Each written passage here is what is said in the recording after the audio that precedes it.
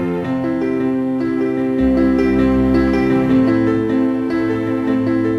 So there's unlimited ways to play a pattern just with using this simple chord. And that's what I'd like to stress with any music that you're going to make, is when you're playing my exercises especially, try to make music.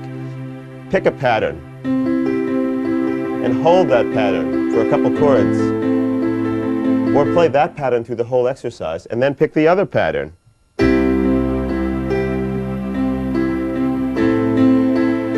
And play that cycle through the whole progression.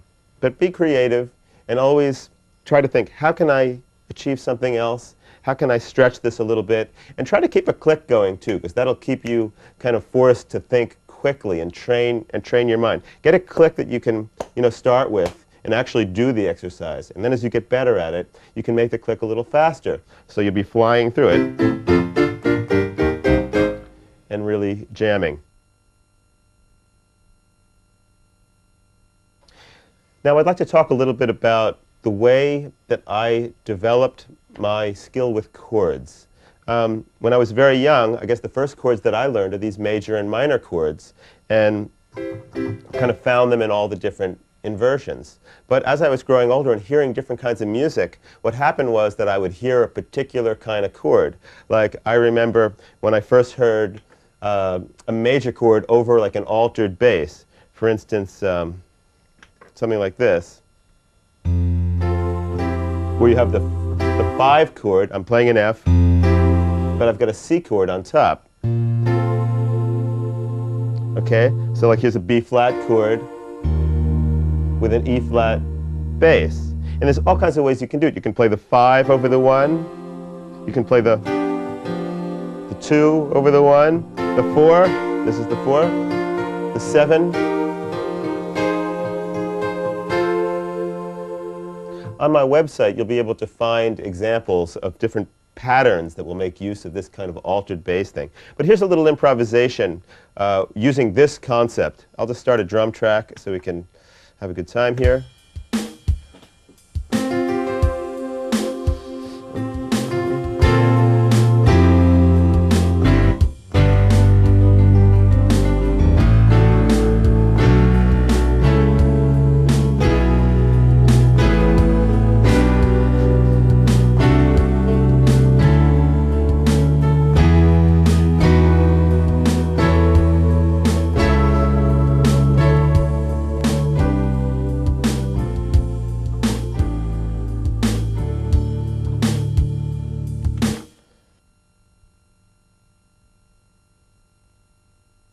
Another chord that I discovered is the sus chord. That's where you take like a C, you take the 4th and the 5th. I discovered this when listening to Tarkus, E.L.P. Tarkus. Of course, Keith Emerson is very big on sus chords. But same thing. Discover the chord, find it in different positions.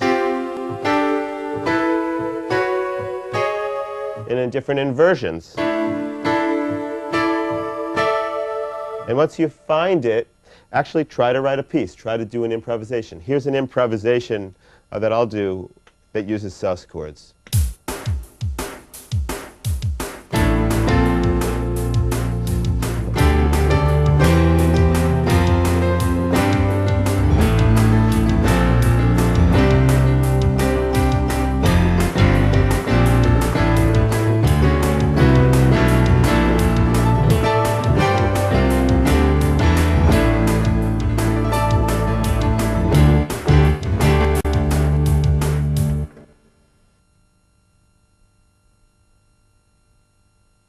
One, two, three, four, 1, 2, 3, 4, 5, 6, 7, 1, 2, 3, 4, 1, 2, 3, 4, 5, 6, 7, 1, 2, 3, 4, 5, 1, 2, 3, 4, 5, 1, 2, 3, 1, 2, 1, 2, 3, 4, 5, 6, 7, 1, 2, 3, 4, 5, 1, 2, 3, 4. It's very important to connect your body with your sense of rhythm. A lot of people, musicians that I know, can play very well until you ask them to count something. And it's always apparent to me if they're truly grounded in their rhythm. Like somebody could be playing a 7/8 passage, and I'll say, well, it's not really that convincing. And then if you ask that person to count while they're playing, the whole thing will fall apart. So I recommend to everyone, any musician, to learn how to put rhythm in your body. And how do you do that? Well, for one thing, we can step away from our instrument. Okay? So let's do an exercise now where I'll just be counting the beat and clapping the rhythm. So the first rhythm is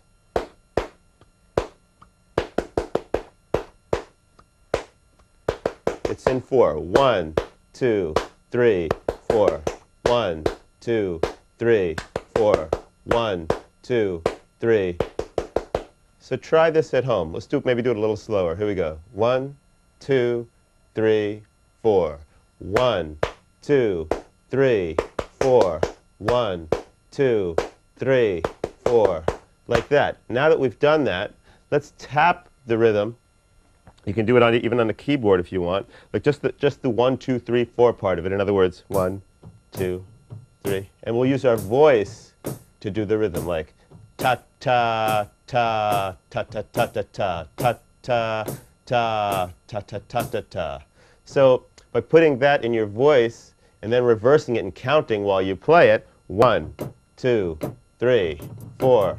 1, 2, 3, 4. You start to develop some sense of like a body rhythm. Here's a little rhythm exercise that we can do at home. Follow along with me. What I'm going to do is I'm going to set up a click, then I'm going to tap a particular rhythm, and then you'll take the same amount of space to tap it back to me. So in other words, it'll be like this. 2, 3, 4.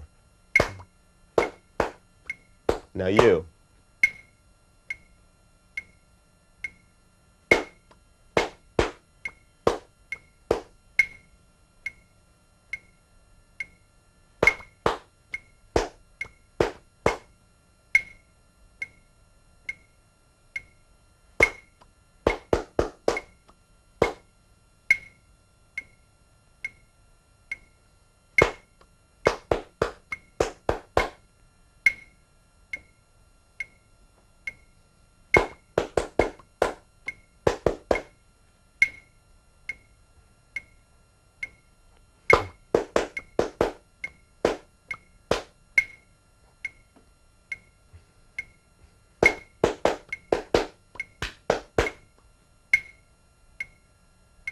That one again.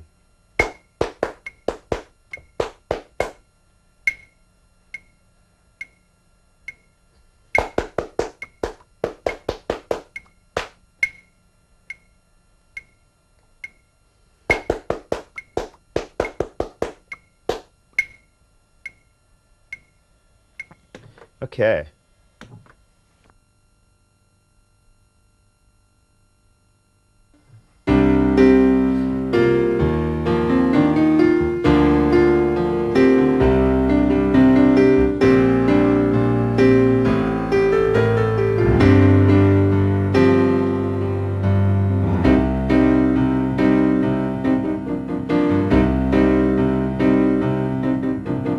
One, two, three, four. 1, 2, 3, 4. So just to make sure that you can really count while you play. 1, 2, 3, 4. 1, 2, 3. 1, 2, 3, 4, 5, 6, 7. 1, 2, 3. 1, 2, 3, 4, 5. 1, 2, 3, 4, 5. 1, 2, 3. 1, 2, 3. 1, 2, 3, 4. 1, 2, 3, 4, 5, 6, 7. 1, 2, 3. 1, 2, 3. That'll really help your playing a lot.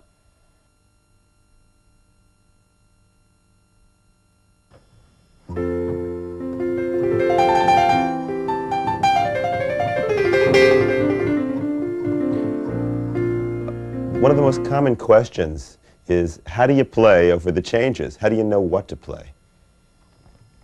So I've kind of analyzed what I do, most of it by ear in a sense, and I think I can give you some good hints on how to look for things to play.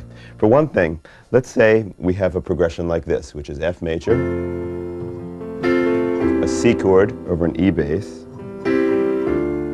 D minor, and B flat. So the groove would be.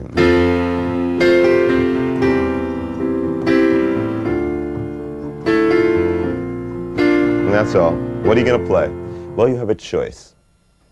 One is you can analyze the chords that you're playing. In other words, look at the F chord. What notes are in an F chord? Okay, the next chord's a C chord. Let's kind of overlay that. So a C chord is C, E, and G, right? And then, of course, there's a B flat chord here as well. So we've got these notes so far. And what did I leave out? And a D minor. So we found the scale, basically, by looking at the chords that are in the progression and analyzing all of them. Altogether, we've made a scale. So if I try that scale,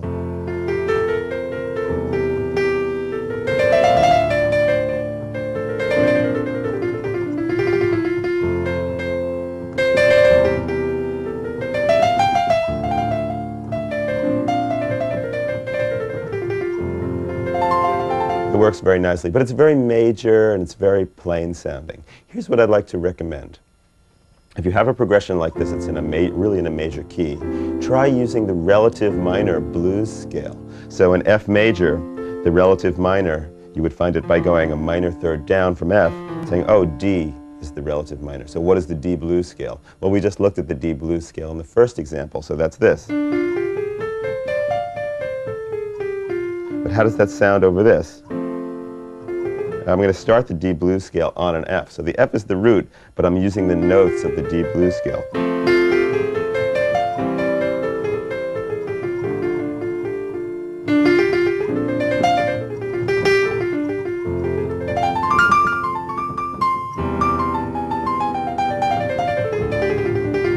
It's perfect. It's really the right sound. So what you can do is you can mix up the major idea, maybe for the melody. Let's make up a melody, anything.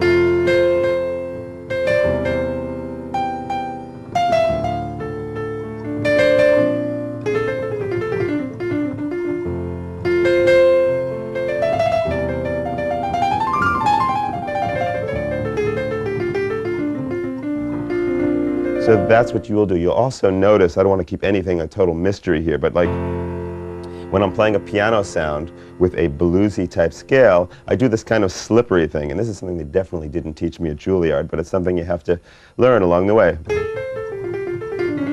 It's where I'll take my third finger or my second finger and just kind of slide off the note like this.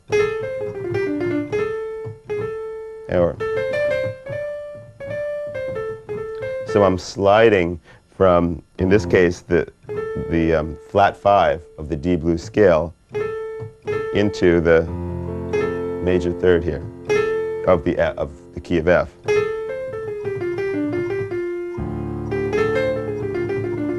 Another nice slide here would be from a C sharp to a D. So from the D blues scale perspective, you're sliding into the root. It's almost like if you were to bend. Now, usually you don't bend piano sounds, but this one goes. And bending or sliding into the fifth. So that's the piano player's way of really bending.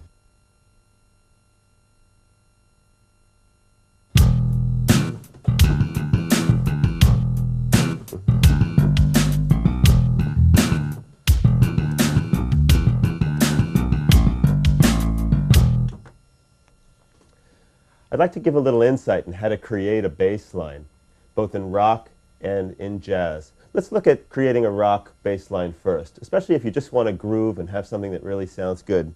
It's important to realize some of the things that bass players do. And as a keyboardist, and with today's technology, a lot of times we find ourselves creating a whole orchestration. So let's take a look. First of all, the octave is the most important interval in a bass line. A lot of times, bass players will simply just take the octave and